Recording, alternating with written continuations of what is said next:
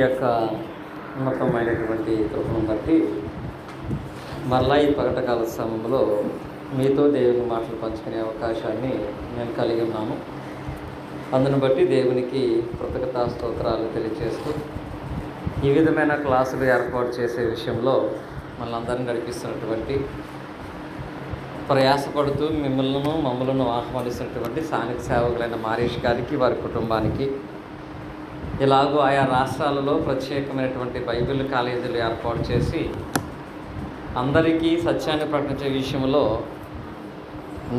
నడిపిస్తున్నటువంటి మా ప్రియ సహోదరులైనటువంటి రవి గారికి, మా తోటి సహోదరులకు, నాకంటే ముందు వాక్యం అందించినటువంటి వారికి, మీ అందరికీ కూడా యేసుక్రీస్తు నామమున హృదయపూర్వక వందనాలు తెలియజేస్తున్నాను. ఇప్పటి వరకు కూడా రెండు ప్రాముఖ్యమైనటువంటి చక్కటి విషయాలు మనం అందరం నేర్చుకున్నాం. నేను ఎప్పటి నుంచో అనుకుంటున్నా మా రాజేష్ లాగా చెప్పాలని. రాజేష్ లాగంటే షార్ట్గా, స్వీట్గా వాక్యం చెప్పాలని. మా సోదరులు అంటారు, మీరు స్టార్ట్ చేస్తే ఆపటం చాలా కష్టమైపోతుందని. అలాగూ క్లుప్తంగా దేవుని వాక్యం చెప్పటం అనేది కూడా చాలా గొప్ప తలాంతు.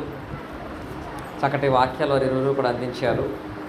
సరే, మనకున్నటువంటి ఈ సమయంలో గత రాత్రికాల సమయం ముందు వాక్య భాగంలో నుంచి ఒక మనిషి ఎదగటానికి గల కారణం, ఒక మనిషి పతనమైపోవడం గల కారణం ఏమిటి అనేటువంటి రెండు విషయాల గురించి నేర్చుకున్నాం.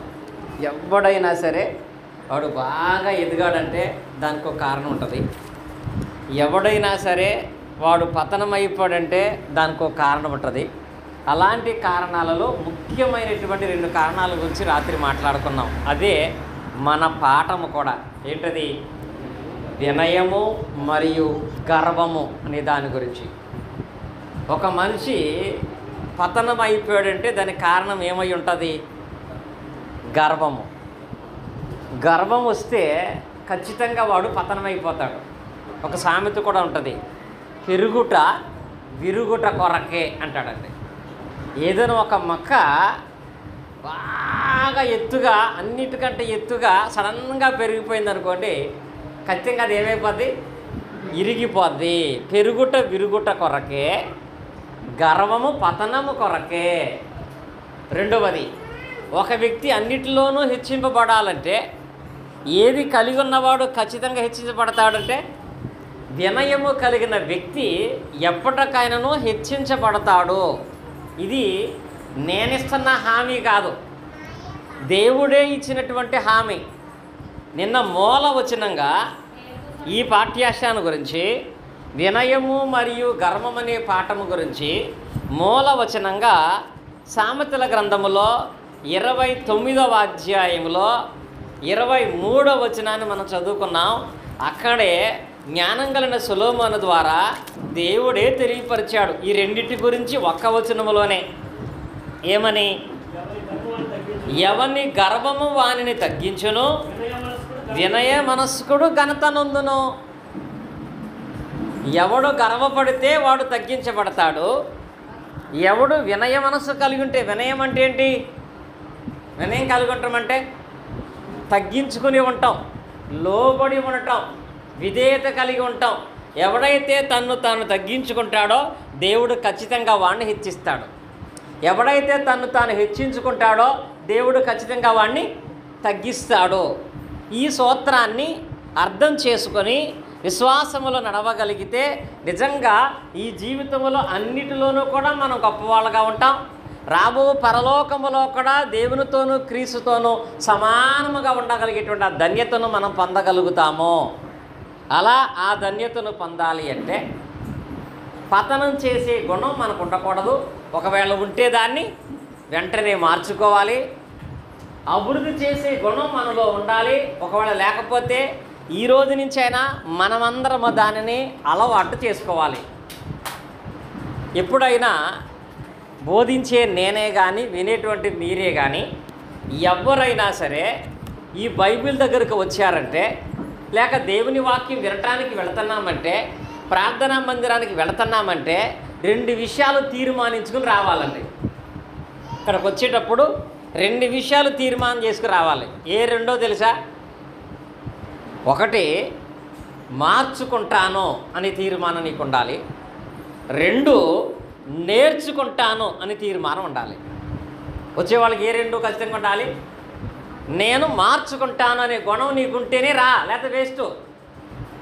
నేను నేర్చుకుంటాననే గుణం ఉంటేనే రా, లేకపోతే వేస్ట్. ఇప్పుడు బడికి వెళ్ళే పిల్లవాడు ఉన్నాడు. బడికి వెళ్ళేవాడు ఏ గుణాన్ని కలిగి వెళితే వాడికి ప్రయోజనం?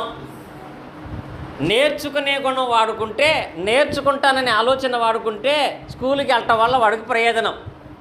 అసలు నేర్చుకోవటమే నా ఆలోచనలో లేదు, నేర్చుకోవటమే నాకు ఇష్టం లేదన్నాడు అనుకో, వాడు ఎన్ని సంవత్సరాలు వెళ్ళినా ప్రయోజనం ఏముండదు. ఉంటుందా? అలాగే డాక్టర్ దగ్గరికి వెళ్ళేవాడు కూడా ఎలా వెళ్ళాలి తెలుసా? డాక్టర్ గారు చెప్పినట్లుగా నేను మార్చుకుంటాను అనుకుంటేనే వెళ్ళాలి. డాక్టర్ గారు చెప్తాడు, నేను చేసుకుంటాను, నేను ఏం మార్చుకోనంటే డాక్టర్ దగ్గరికి వెళ్ళినా వేస్ట్. మార్చుకునే గుణం లేనప్పుడు హాస్పిటల్కి వెళ్ళటం అనవసరం, నేర్చుకునే గుణం లేనప్పుడు బడికి వెళ్ళటం అనవసరం, మార్చుకునే ఆలోచన లేనప్పుడు గుడికి మీ భాషలో చెప్పాలంటే ప్రార్థన మందిరానికి రావటం కూడా వృధా.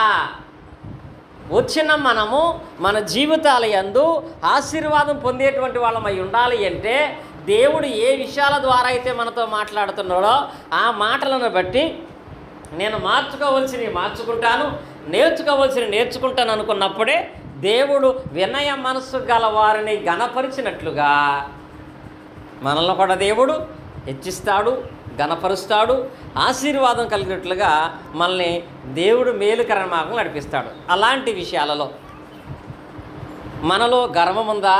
దాన్ని మార్చుకోవాలి. వినయము లేదా?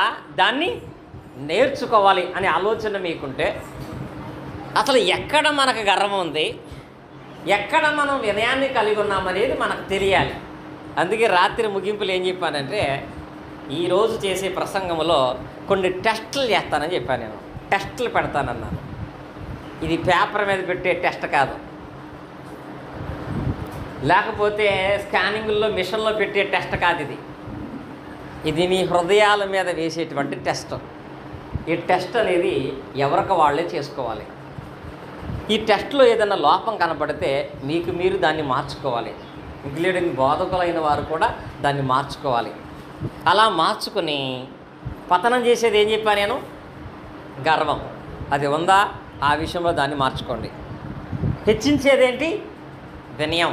అది లేదా? అది కలిగి ఉండటానికి మనం ప్రయత్నించాలి. అలా టెస్టులు చేసుకునే విషయంలో ముందు మనం ఇక్కడి నుంచి వద్దాం. ఎక్కడి నుంచి అంటే నోటి మాటలలో మన మాటలు ఎలా ఉంటున్నాయి. దేవుడు తన యొద్దకు వచ్చేటువంటి వారి విషయంలో కోరుకునేటువంటి విషయం ఏంటంటే, సమూయేలు మొదటి గ్రంథాన్ని మనం చదివినట్లయితే హన్న దేవుని ఎరిగినటువంటిదై దేవుని కార్యాలు చూసిన తర్వాత హన్న ప్రార్థన చేస్తూ తన ప్రార్థన యందు దేవుని గురించి మాట్లాడిన మాటను మనం జ్ఞాపకం చేసుకుందాం. సమూయేలు మొదటి గ్రంథము 2వ అధ్యాయము 3వ వచనం చూసినట్లయితే, యెహోవా అనంత జ్ఞానియగు దేవుడు, ఆయనే క్రియలను పరీక్షించువాడు.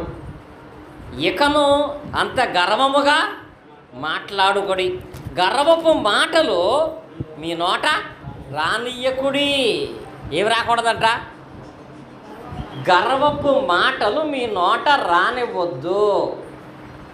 గర్వపు మాటలు మీ నోట రానియ్యకుడి అనే పదం ఉంది. గర్వంగా మాట్లాడటం అంటే ఏంటి? కొంతమంది మాట్లాడుతూ అది గర్వంగా మాట్లాడుతున్నారని వాళ్ళకు కూడా గ్రహించరండి. వాళ్ళు మాట్లాడుకుంటూ వెళ్ళిపోతారు. వినేవాడికి అర్థమవుతుంది అసలు వీడికి ఎంత గర్వమని, చూసేవాడికి అర్థమవుతుంది వీడికి ఎంత గర్వమని. గర్వమైన మాటలు అసలు నీ నోట రానివ్వద్దు అని చెప్తున్నాడు. రాత్రి చెప్పాను కదా, ఈ గర్వం అనేది మొట్టమొదట ఎవరిలో కనపడింది? రాత్రి చెప్పండి. గర్వం రాత్రి ఫస్ట్ ఎవరిలో కనపడింది? సాతానులో ఆ గర్వం కనపడింది. సాతానుడు గర్వాన్ని కలిగిన వాడై పరలోకము నుంచి పడదోయబడ్డాడు. వాడు ఎలాంటి గర్వము కలిగిన వాడో వాడి మాటలలో యోబు దగ్గర ఒక సన్నివేశం నేర్చుకున్నాము. ఈరోజు మనం మాట్లాడేటువంటి మాటలలో కూడా సాతానుకున్న గర్వము కనపడేటువంటి మాటలు మాట్లాడేటువంటి స్వభావం మనకుంటుంది. అది తెలియకుండానే మనం మాట్లాడుతూ ఉంటాం.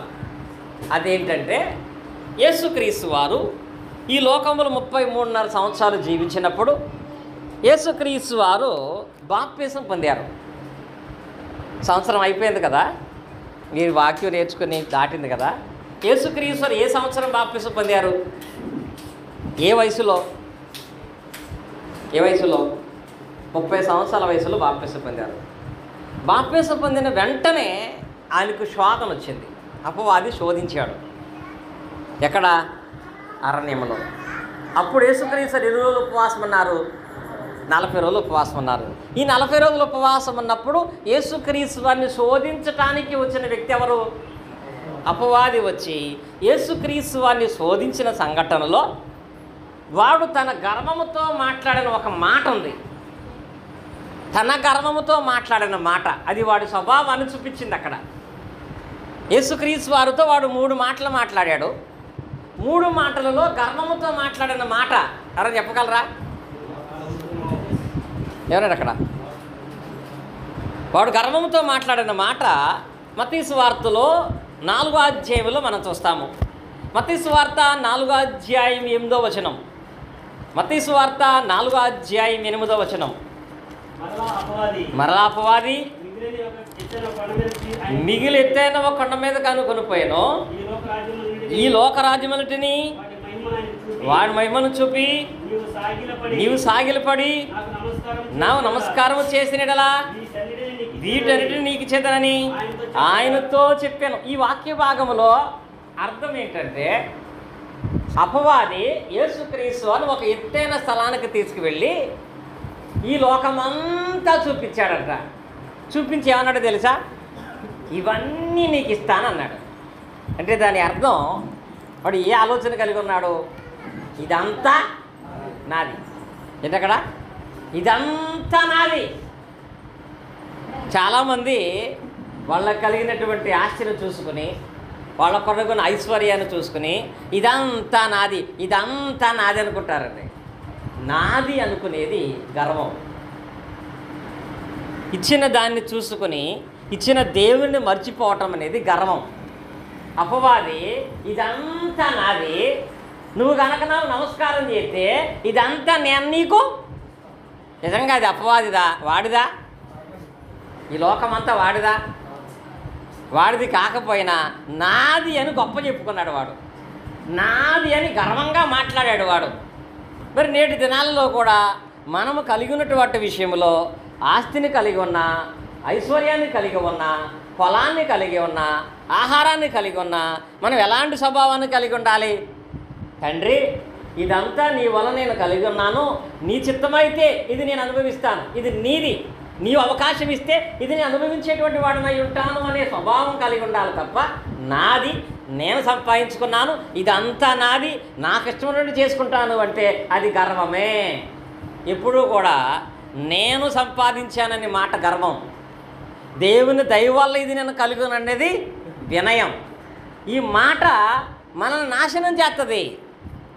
మాటలో కనపడేటువంటి గర్వము వాడిని నాశనము చేస్తున్నటువంటి దాంట్లో ఇలాంటి మాటలు మన నోటి నుంచి రాకుండా జాగ్రత్త పడాలి. ఇలాంటి నోటి మాటల చేత శిక్షింపబడినటువంటి వారి యొక్క స్వభావాలు అనేవి ఎలా ఉంటాయంటే, మనుషులు కనుక మనం వస్తే మత్తయి సువార్తలోనే 25వ అధ్యాయం మనం చూసినట్లయితే, మత్తయి సువార్త 25వ అధ్యాయంలో యేసుక్రీస్తు వారు ఒక ఉపమానాన్ని మాట్లాడుతూ 3 వ్యక్తులను గురించి సంబోధిస్తాడు. ఆయన మీకు అందరికి చాలాసార్లు విన్న వాక్యం అది. ఆయన 3కి తలాంతులు ఇచ్చాడు. ఒకరికి ఎన్ని ఇచ్చాడు? 5. ఒకళ్ళకి ఎన్ని ఇచ్చాడు? 2. ఒకళ్ళకి 1 తలాంతు ఇచ్చాడు. ఈ తలాంతులు ఇచ్చిన వాళ్ళ దగ్గర వాళ్ళ మాటలు ఎప్పుడైనా చూసారా మీరు? ఉన్నోడు గర్వంగా మాట్లాడాలి, లేనోడు గర్వంగా మాట్లాడే స్వభావాన్ని కలిగిన వాడుగా ఉంటాడు అంటే దేవుని దగ్గర ఉన్నవాడు లేనివాడు అనేది ఏ భేదం ఉండదు, అందరూ దేవునికి సమానమే. అలాంటి వాళ్ళలో 5 తలాంతులకి 5 తలాంతులు సంపాదించిన వాడు 10 తలాంతులు యజమానుడి దగ్గరకు వచ్చి మాట్లాడినటువంటి మాటను ఒకసారి మనం పరిశీలన చేస్తే, వాడు వచ్చి ఏమని మాట్లాడాడో మీరు చూడండి. ఇక్కడ, అయ్యా నీవు నాకు 5 తలాంతులు ఇచ్చితివి అంటే, ఇక్కడ ఈ 5కి 5 10 సంపాదించిన వాడు ఆయన దగ్గరకు వచ్చి ఏమని సంబోధిస్తున్నాడు? అయ్యా అని సంబోధించాడు. అంటే వినయమా గర్వమా ఏంటిది? అక్కడ అయ్యా అని సంబోధించాడండి. ఎంత వినయం అండి! 10 తలాంతులు అంటే అందరికంటే బాగా ఎక్కువ ఆయన ఆస్తి ఉంది తనకి. అంత గొప్ప ఐశ్వర్యవంతుడైనా వినయం లేకపోతే పతనం అయిపోతానని తెలుసు కాబట్టి వాడు వచ్చి అయ్యా అని సంబోధించాడండి. అయ్యా అనే పదం అండి. నిజంగా ఈ పదం ఎంత దీనత్వాన్ని చూపిస్తుందో తెలుసా? ఒక భిక్షగాడు కూడా అడిగేటప్పుడు ఏమని అడుగుతాడు? అయ్యా సహాయం చేయ అంటాడు. అడుగుతాడు, అడగడా? అంటే వాడు ఎంత దీనుడుగా ఉన్నాడో, వాడు ఎంత అవసరంలో ఉన్నాడో తన మాటలో కనపడద్ది. ఈ అయ్యా అనే పదం వాడకుండా భిక్షం అడగమనండి ఎవరైనా ఇస్తారా? 10 రూపాయలు అవసరమై 20 రూపాయలు అవసరమై అంటే ఇస్తారా? అంటే అయ్యా అనే ఆ పదంలో వాడు గర్వాన్ని కలిగి లేడు, వినయాన్ని కలిగి లేడు అర్థమవుతుంది. 5 తలాంతులు 10 తలాంతులు చేసిన వాడు అయ్యా అనే పదాన్ని వాడాడు. 2 తలాంతులు గలవాడు 4 తలాంతులు చేసినటువంటి వాడు ఏం పదం వాడు తెలుసా? అయ్యా నీవు నాకు 2 తలాంతులు ఇచ్చావు, నేను 4 తలాంతులు చేశానని వాడాడు. ఆ మాటకి దేవుడు, బలా నమ్మకమైన మంచి దాసుడా, నీకు 5 10 అయినా నీకు గర్వం రాలా, 2 4 అని నీకు గర్వం రాలా, నువ్వు బలా నమ్మకమైన మంచి దాసుడు అయి ఉన్నావు అన్నాడండి. 1 తలాంతు గలవాడు ఉన్నాడే, వాడు ఏం చేశాడో తర్వాత కనీసం నోటి మాటలో కూడా వాడికి వినయం కనపడలేదండి. నోటి మాటలో 25వ వచనం చదవండి, ఏముంది అక్కడ? కనుక నేను భయపడి వెళ్ళి నీ తలాంతును భూమిలో పాతిపెట్టి తిని. ఏమన్నాడు ఇక్కడ? అయ్యా లేదు, ప్రభువా లేదు, దేవా లేదు. ఏమన్నాడు ఇక్కడ? నీ తలాంతుని. ఏకవచనం. ఏ తలాంతు అది? నీ తలాంతుని భూమిలో పాతిపెట్టారు. నీ అనే పదం వాడాడండి. వాడు చేసింది ఎలా ఉన్నా కనీసం వాడి మాట అయినా సరే కనీసం తగ్గింపు లేదండి. నీ అనే పదం వాడాడు. నిజంగా ఎవరినైనా పెద్దవాళ్ళని మనం నీ అనే పదం వాడతామా? ఒక క్రైస్తవులుగా మీరు కూడా మీ మాటలో వినయం కనపడాలి. సహోదరులతో పలకరిస్తున్నా, సహోదరులతో సహవాసాన్ని కలిగి ఉన్నా, సేవకుడితో అయినా, సమాజంలో అయినా, నువ్వు క్రైస్తవుడు అయితే ప్రతి ఒక్కరి దగ్గర కూడా నిన్ను తగ్గించుకుని మాట్లాడే స్వభావం కలిగినటువంటి ఉండాలి. ఇక్కడ మా కె రవి గారు ఉన్నారు. ఆయన మంచి వాక్యం చెప్పగలరు, చెప్పారు, మీకు తెలుసు ఆల్రెడీ. కారు డ్రైవింగ్ చేస్తారు. వెనకాల నాసరయ్య గారు ఉన్నారు. నాసరయ్య గారికి మా రవి గారు అంత పిల్లలు ఉన్నారు. ఇద్దరు సమానం కనపడతారు కానీ నాసరయ్య గారికి రవి గారు అంత పెద్ద పిల్లలు ఉన్నారు, కొడుకులు ఉన్నారు. ఆయనకు కూడా పొద్దున అదే సంభాషణ పెళ్ళిళ్ళ గురించి. నిన్న మా రవి గారు మమ్మల్ని దింపిన తర్వాత కారు వెనక్కి డ్రైవింగ్ చేస్తుంటే మా నాసరయ్య గారు ఆయన ఏమని పిలిచాడో తెలుసా? ఏమండి బ్రదర్ గారు, ఏమండి, వెనకాల గుంట ఉంది, బ్రదర్ గారు ఏమండి ఏమండి అని పిలుస్తున్నాడు. ఆయన వయసుకి ఈయన అలా పిలవటం అవసరం ఏముంది?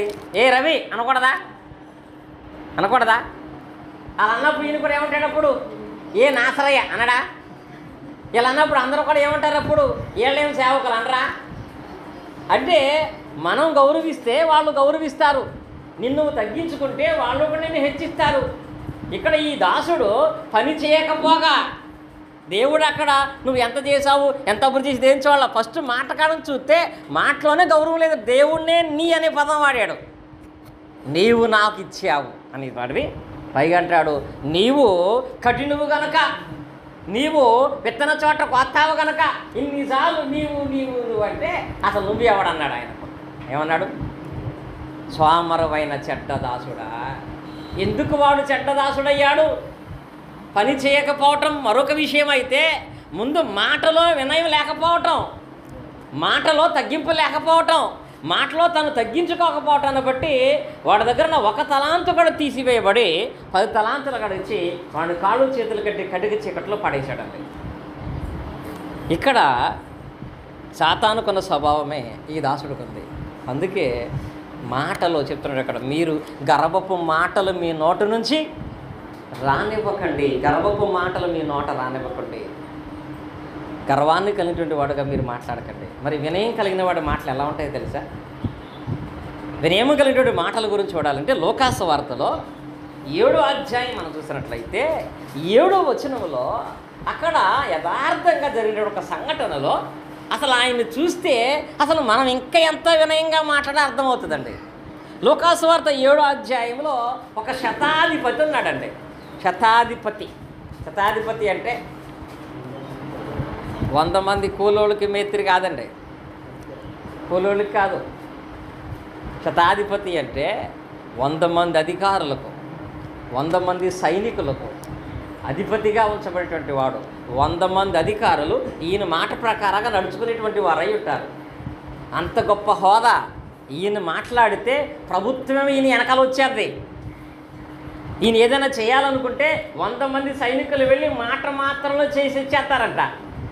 అక్కడ అంటాడు, అయ్యా నా దగ్గర 100 మంది అన్నారు, ఒకరిని రమ్మంటే వస్తాడు, పొమ్మంటే పోతాడు, ఎవరైనా నేను చెబితే అలా చేయాల్సిందే, ఆ అధికారం నాకుంది అని మాట్లాడేటువంటి అధికారి యేసుక్రీస్తు వారి దగ్గరకు వచ్చిన తర్వాత చూపించినటువంటి వినయం అతనికి ఎంత అద్భుతమైనటువంటి కార్యాన్ని చూపించగలిగిందో ఈరోజు ఆయన గురించి మనము సాక్ష్యం ఇచ్చే స్థాయికి తీసుకెళ్ళగలిగింది. అంటే చూడండి, లోకాసు వార్తలో 7వ అధ్యాయం 7వ వచనంలో చదవండి. అందుచేత నీ యొద్దకు వచ్చుటకు నేను పాత్రులను ఎంచుకొనలేదు, అయితే మాట మాత్రము సెలవిమ్ము, అప్పుడు నా దాసుడు స్వస్థపరచబడనని చెప్పిన ఈ వాక్య భాగంలో ఒక శతాధిపతి తన ఇంట్లో ఒక దాసుడు అస్వస్థతగా ఉంటే ఆ దాసుని కొరకు ప్రార్థన చేయమని యేసుక్రీస్తు వారి దగ్గరికి పంపించాడు. మనుషుల్ని, పెద్దలను పంపించాడు, పిల్లలు కూడా కాదండి. అక్కడ ఉంటుందండి, ఎవరినంట పెద్దలను పంపించాడు. ఇది ఒక ప్రత్యేకమైన సబ్జెక్ట్ అండి. మనం ఒక వ్యక్తిని పిలిచేటప్పుడు అతని మీద మనకు ఎంత గౌరవం మర్యాద ఉందో పిలిచే దగ్గరే తెలిసిపోద్ది. పిలిచే దగ్గరే. పక్కనే ఒక ఆవిడకి ఎవరికో బాగాలేదు, మారేష్ గారు వచ్చి ప్రార్థన చేయమని పిలవటానికి ఇంట్లో 5 సంవత్సరాల పిల్లవాడిని పంపిస్తే మర్యాద ఉంటుందా? ఇప్పుడు పెళ్ళి జరుగుతుంది, పెళ్ళికి రోడ్డు మీద తిరిగి ఒక పిల్లవాడితో మీ ఇంటికి కార్డు పంపిస్తే పెళ్ళికి వెళ్తారా? మొన్న ఒక పెళ్లి జరిగితే అక్కడికి వెళ్ళలేదు ఆమె. ఎందుకు వెళ్ళలేదంటే ఆయన వచ్చి చెప్పాడు కానీ వాళ్ళ ఆవిడ ఎందుకు రాలేదు అంటున్నాము. అంటట భర్త చెప్పినా భార్య కూడా చెప్పలేదని మానేసిందట. అంటే అంత మర్యాదగా వాళ్ళని మనం పిలుస్తూ వాళ్ళంటే మనకి ఎంత గౌరవం చూపిస్తాం కదా. మరి ఈ సామాన్య వ్యక్తి కాదు, ఒక శతాధిపతిగా ఉన్నాడు. ఈయన అసలు ఒక లెటర్ రాస్తేనే జనం వచ్చేస్తారు, అంత భయం ఆయనంటే. అలాంటి వ్యక్తి క్రీస్తు దగ్గరకు వచ్చి తనను ఆయన హెచ్చించాలంటే తనను తాను తగ్గించుకోవాలని తెలిసిన వాడుగా ఉన్నాడు. కాబట్టి యేసుక్రీస్తుని పిలవటానికి పెద్దలను పంపించాడు. పెద్దలు పిలుపుని బట్టి యేసుక్రీస్తు వస్తుంటే ఈ శతాధిపతి ఏమన్నాడు తెలుసా? అయ్యా, నా ఇంట్లో 100 మంది ఉంటారు, వాళ్ళందరూ ఏం చెప్తుంది చేస్తారు, అలాగే ఆ 100 మందిలో నువ్వెంత, నువ్వు కూడా నేను చెప్పినట్టు చెయ్యాలి, మర్యాదగా నేను అనుకున్నట్టుగా చెయ్యని మాట్లాడలేదండి. ఏమంటే తెలుసు, అయ్యా నేను శతాధిపతిగా ఉన్నాను కానీ నీవు నా ఇంటికి రావటానికి నేను పాత్రుని, నేనెంత అన్నాడండి. ఎంత అన్నాడు? నేనెంత? 100 మంది అధికారులకు అధికారయ్యిండి కూడా దేవుని విషయంలో నేనెంత అన్నాడండి. మనం ఎప్పుడు ఏమంటాం? ఆడెంత, ఈడెంత, ఆడెంత అంటాం తప్ప నేనెంత అనే గుణం ఉండదు. ఎప్పుడు వాడెంత వీడెంత అని సవాలు చేస్తే మనమే పతనం అవుతాం. ఈ శతాధిపతి, అయ్యా నీవు నా ఇంట్లోకి రావటానికి నేను పాత్రుడను, అర్హత లేదంటే లేదా, ఆయనకి కుర్చీలు లేవా, ఫ్యాన్లు లేవా, ఏసీ లేదా, అన్నీ ఉన్నాయి, కానీ అంత గొప్పవాడు దగ్గర నా ఇంటికి రావడానికి నాకు అర్హత లేదని తను తాను తగ్గించుకుని వినయాన్ని చూపించి ఒక మాట అన్నాడయ్యా, నువ్వు నా దగ్గరికి అంత సమయాన్ని హెచ్చించి నా ఇంటికి వచ్చేంత అర్హత నాకు లేదు, మాట మాత్రమే సెలవు చాలు, నా దాసుడు స్వస్థపరచబడతాడన్నాడు. ఇక్కడ ఆ శతాధిపతిని చూడకుండానే యేసుక్రీస్తు కార్యం చేసేసాడు. శతాధిపతిని చూడకుండానే అంత కార్యం జరగటానికి గల కారణం నోటి మాట. ఏంటది? నోటి మాటను బట్టి చూడకుండానే కార్యం జరిగింది అక్కడ. నోటిని మాటను బట్టి దగ్గరున్నవాడు కూడా నరకానికి వెళ్ళిపోయాడు ఒకడు. కనుక మన నోటి మాట ఎంత ప్రధానమైనది ఆలోచించండి. మీ మాటలో మనుషుల దగ్గర అయినా దేవుని దగ్గర అయినా తగ్గించుకుని మాట్లాడే స్వభావాన్ని కలిగి ఉంటేనే అదే దేవుని నోటి మాట మన జీవితాలలో ప్రతి కార్యాన్ని చేస్తుంది. అందుకే దేవుని దగ్గరకు వచ్చిన తర్వాత మనము తగ్గించుకున్నటువంటి వాళ్ళగా ఉండాలి. మనుషుల దగ్గర కూడా తగ్గించుకుని ప్రవర్తించాలండి. పేతురు గారు కూడా యేసుక్రీస్తుని పిలిచినప్పుడు లోకాసువార్త 5:8 యేసుక్రీస్తుని పిలిచి చేపలు పట్టడానికి వలమైనప్పుడు 2 దోణుల నిండా చేపలు పడగానే పేతురు గారు యేసు దగ్గరకు వచ్చి ఏమన్నాడో తెలుసా? ఏమన్నాడు అక్కడ? ఆయన ఎదుట మోకాళ్ళుని, నేను పాపాత్ముడను, నన్ను వదిలిపెట్టి వెళ్ళిపోమన్నాడు. తగ్గించుకున్నాడా, హెచ్చించుకున్నాడా? ఆయన తన మాటలో నేను పాపాత్ముడిని, నన్ను వదిలిపెట్టి వెళ్ళిపోమన్నాడు. అలా మాట్లాడినటువంటి ఆ మాట పేతురుని అపోస్తుడుగా చేసింది. అలా మాట్లాడినటువంటి శతాధిపతి ఈరోజు అందరికంటే గొప్ప విశ్వాస కలిగినటువంటి వాడుగా ఎంచబడ్డాడు.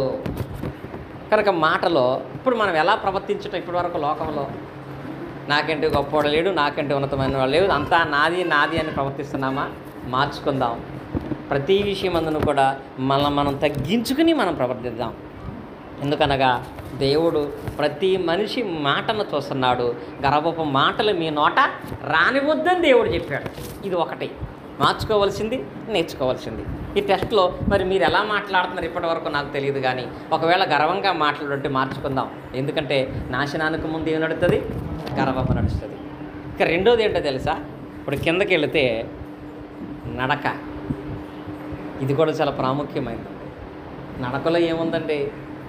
ఎలా నడిస్తే ఏంటి, రోడ్డు కదా, ఎలా నడిస్తే ఏంటి, ప్రయాణం కదా అని అనుకుంటారు. కానీ దేవుడు మనిషి నడకను కూడా చూస్తాడు. నడకలో కూడా వాడు గర్వంగా నడుస్తున్నాడా, వినయంగా నడుస్తున్నాడా కూడా తెలిసిపోద్దండి. కీర్తన గ్రంథములో 139 మనం చూసినట్లయితే ఇక్కడ దేవుడు పరిశీలన చేసేటువంటి వాటిలో రెండవ ప్రాముఖ్యమైనది కూడా అదే. కీర్తనల గ్రంథము 139 మనం చూసినట్లయితే ఆ 3 నా నడకను నా పడకను నీవు పరిశీలన చేసి ఉన్నావు. ఏంటంటే ఇక్కడ నడకను కూడా దేవుడు పరిశీలన చేస్తాడంట. నడకను పరిశీలించడం ఏంటి? నడకలో ఏం కనపడద్ది,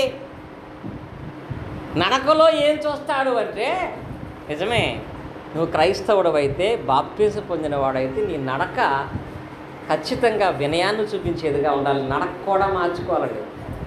చాలామంది యవనస్తులకు చెబుతూ ఉంటాను నేను, బైబిల్లో గర్వముగా నడిచేటువంటి వాళ్ళ నడక ఒకటి ఉందండి. వాళ్ళు ఎలా నడుస్తారో అక్కడ రాశాడు. పాపం గ్రంథకర్త చూసుంటాడు అలాంటి వాళ్ళని. గర్వంగా నడవటం, వాడు నడక చూస్తేనే వీడికి ఎంత గర్వం అనిపిస్తుందంట. గర్వంగా నడిచేటువంటి నడక ఏంటంటే, యెషయా గ్రంథం మనం చూసినట్లయితే 3:16 ఇక్కడ గర్వము సంబంధించినటువంటి గర్వపు రాండ్రుగా ఉన్నటువంటి వాళ్ళు ఒక నడకలు అక్కడ కనపడతాయండి.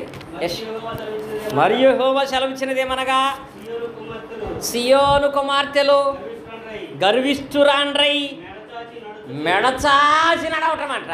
ఎలా అడుగుతారట? ఇదేం నడకట? మెడచాచి నడవటం అంటే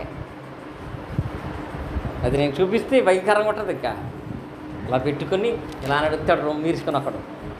ఎలా ఉందంట? మెడచాచి నడుస్తారంట. గర్వపు రాండ్రై. నీ నడక అహంకారాన్ని చూపించకూడదండి. మొన్న చాలామంది దగ్గర చూసినప్పుడల్లా నాకు చాలా కోపం వస్తూ ఉంటుంది. కాకపోతే వాళ్ళని ఏం అనలేక వదిలేస్తాను. కానీ మా స్థానిక సంఘ సభ్యులు లేకపోతే మా పిల్లలైతే మాత్రం ఖచ్చితంగా చెప్తాను. సహజంగా ఈ మధ్యలో ఫ్యాషన్గా వచ్చినటువంటి ఒక అలవాటు ఏంటంటే, అసలు 5 నిమిషాలు కూడా తల ఇలాగంటా ఉంటాడు. ఇలా అంటే ఒకసారి చూశాను మా వాడిని, అంటే మా కుర్రోడు ఒకడిని, అస్తమాని ఇలా అంటూ ఉంటాడు. ఆ తర్వాత 2-3 సార్లు చూసిన తర్వాత, నీకేమన్నా నరాలకు సంబంధించినటువంటి బలహీనత ఏదైనా ఉందా, మెడకి జబ్బు ఏమన్నా ఉందా అన్న. లేదని, అలాంటిది ఏమీ లేదన్నాడు. మరి మెడ ఎందుకు అప్పుడు ఇలా అంటామన్నా అన్న అంటే, అన్నాడు ఏం లేదని అలవాటు అయిపోయింది అన్నాడు. అది అలవాటు కాదు, జబ్బు అది. నిజంగా చాలామంది ఈ నేటి క్రైస్తవులు కూడా అది ఒక బలహీనతగాను ఒక అలవాటుగాను అలా అంటుంటే, ఒక నిజంగా నీకు ఏదైనా బలహీనత ఉండి డాక్టర్కి పన్నావా పర్లా, కానీ ఒక అలవాటుగా చేసుకుంటే చూసే వాళ్ళకి అది ఎలా ఉంటుందో తెలుసా? దున్నపోతులు, ఎద్దులు ఆ మెడ ఇలా ఎప్పుడు ఎప్పుడప్పుడు మేత వేసేటప్పుడు ఇది ఇలా అంటాయండి. అడ్డంగా ఎప్పుడో తెలుసా? పట్లాడికి వెళ్ళినప్పుడు. ఎప్పుడు పట్లాడికి వెళ్ళినప్పుడు విప్పుతాయండి. నువ్వు దెబ్బలాడికి వెళ్ళేవాడువా, ప్రార్థనకి వెళ్ళేవాడువా? నీ అలవాటు ఎలా ఉంటుంది? నువ్వు మెడ ఎలా చాసి నడుస్తున్నావు, నీ మెడను ఎలా పెట్టి నడుస్తున్నావు? ఇది మనుషులు మాత్రమేగా, దేవుడు కూడా చూస్తున్నాడు కదా. సియోను కుమార్తెలు మెడ చాచి గర్వపు రాండ్రై నడుస్తున్నారట. అలా గర్వపు రాండ్రిగా, గర్వపు పురుషుడిగా నీవు నడిస్తే ఖచ్చితంగా దానివలన మనం ఏం పొందుకుంటాం? ఖచ్చితంగా నాశనాన్ని పొందుకుంటాము. లేదని ప్రార్థన బాగా చేస్తున్నాను, బైబిల్ బాగా చదువుతున్నాను, నా యొక్క మెడ ఒకటే కదా బాగా చాచి నడుస్తున్నాను, ఈ బటన్ తీసేసి వెనక్కి పెట్టి నడుస్తున్నాను, మెడ అప్పుడప్పుడు విసురుతున్నాను, రొమ్ము చాచి నడుస్తున్నాను, ఇది ఇబ్బందికరం ఏం కాదు కదా, నేను బాగానే ఉన్నాను కదా అంటే దేవుడు నడకలో చూస్తున్నాడు. నువ్వు మందిరానికి వచ్చిన తర్వాత రాకముందు ఎలా వస్తున్నావు? నీ నడకలో గర్వం ఉందా? నీ నడకలో అహంకారం ఉందా? నీ నడకలు నువ్వు హెచ్చించుకుంటున్నావా? దాన్ని ఖచ్చితంగా మార్చుకో. మెడ చాచి నడిచేటువంటి వాళ్ళు గర్వపు రాండ్రై ఉంటారు. మరి ఎలా నడవాలో తెలుసా? నడకలోనే పెద్ద తప్పును క్షమించి ప్రేమించాడు ఒక తండ్రి.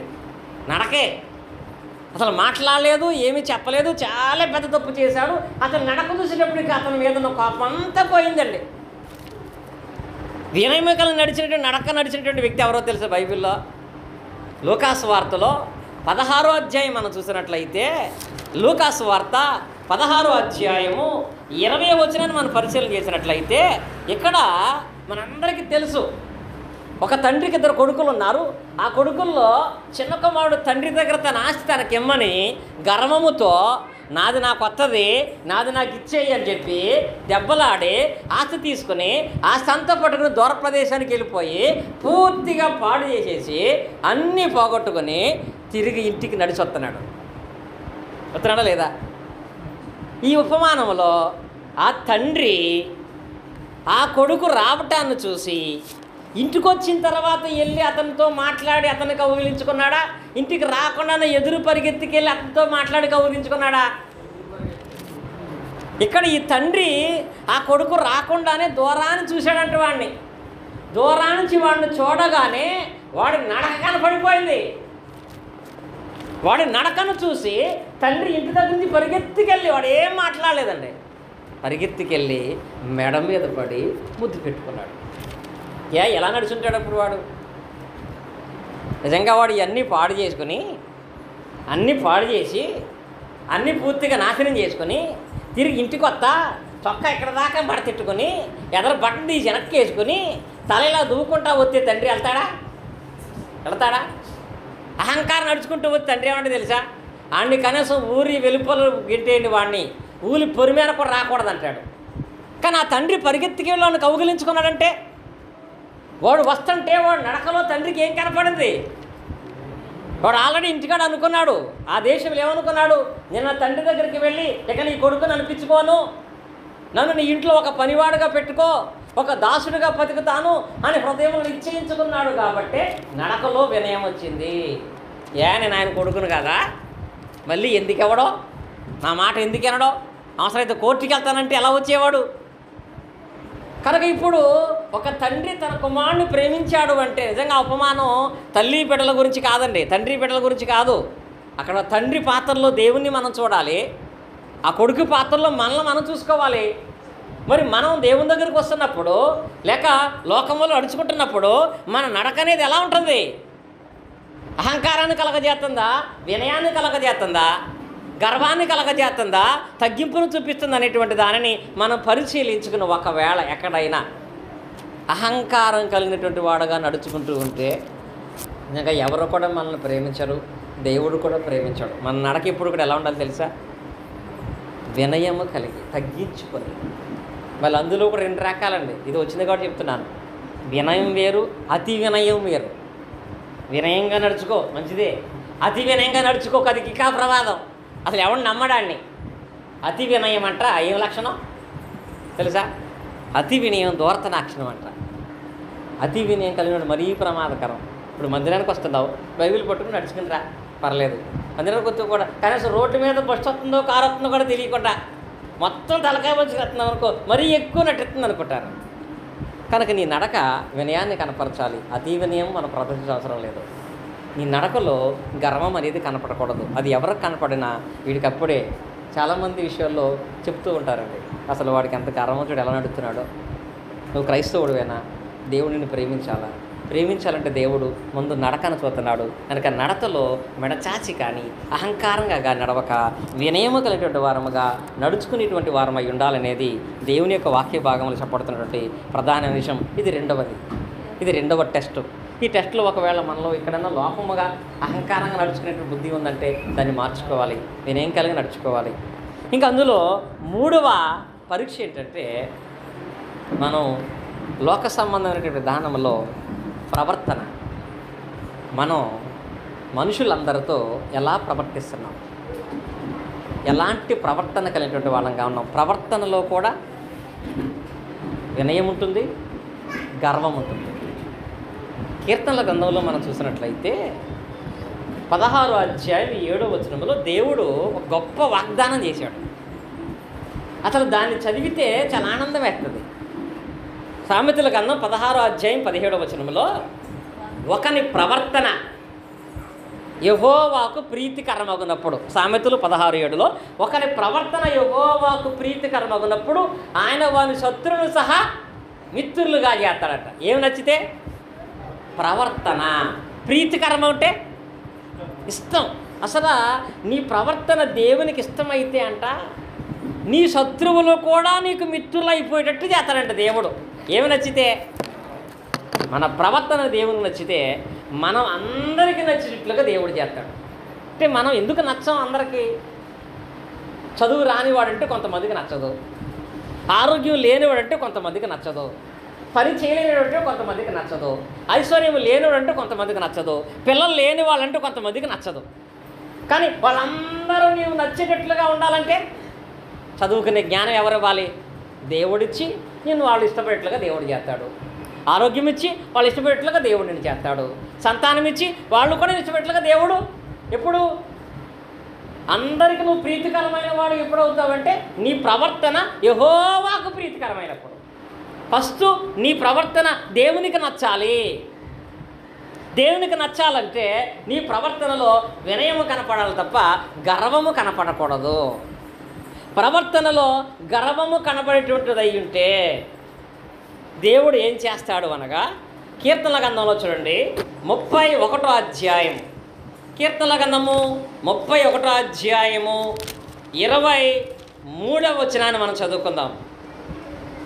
యెహోవా భక్తులారా మీరందరూ ఆయనను ప్రేమించుడి, యెహోవా విశ్వాసులను కాపాడును, గర్వముగా ప్రవర్తించిన వారికి ఆయన గొప్ప ప్రతీకారము.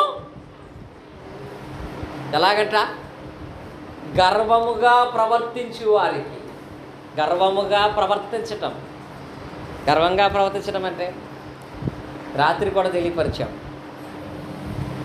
మనుషులు పిలిచిన, దేవుడు పిలిచిన వెంటనే లోబడేటువంటి మాట కలిగి ఉండటంలోనే మన ప్రవర్తనలో వినయం ఉంటుంది. పిలిచిన తర్వాత కొంతసేపటి వరకు మనం రాలేదనుకో, అదేం కనపడద్ది? గర్వమా వినయమా? అలా ఉన్నప్పుడు మన కోపం వస్తుందా, జాలి కలుగుతుందా? మీ ఇంట్లోనే మీ మనవన్నో లేకపోతే మీ అబ్బాయిని చూడండి, మీ పిల్లవాడిని వాడు బయట కూర్చున్నాడు, మీరు ఇక్కడ ఏదో పని చేస్తా మరి ఇట్రా అన్నారు మీరు, వాడు విని మీ అంక చూసి మళ్ళీ ఆడుకుంటున్నాడు, వాడు మళ్ళీ ఇట్రా అన్నారు మీరు, అయినా వాడు రాలేదు. రాకుండా అరగంట తర్వాత వచ్చాడు. మీరు పిలిచిన పని చెప్తారా, ముందు కొడతారా? ఏం చేస్తాం?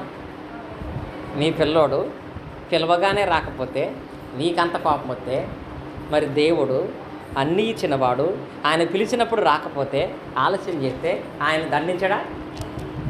అది మనకు అర్థమవుతుందా? ఉద్యోగానికి లేటుగా వెళ్తే జీతం కట్ అవుద్ది, పనికి లేటుగా వెళ్తే వాళ్ళు ఒక మాట అంటారు. మరి దేవుడు పిలిచినప్పుడు ఆలస్యం అయితే దేవుడు దండించడా? అంటే మనకు ఆలస్యం అయ్యే దాంట్లో మనకేమో సాకులు కనపడతాయి, ఆయనకేమో గర్వం కనపడుతుంది. గర్వముగా ప్రవర్తించిన వాడికి ప్రతిదండన చేస్తాడు. విశ్వాసులను దేవుడు కాపాడుతాడు. గర్వముతో ప్రవర్తిస్తే దేవుడు ఎంతటి వాడినైనా ఏం చేస్తాడో చెప్పడానికి బైబిల్లో ఒక వ్యక్తి ఉన్నాడండి. దానియేలు గ్రంథంలో 4వ అధ్యాయం మనం చూసినట్లయితే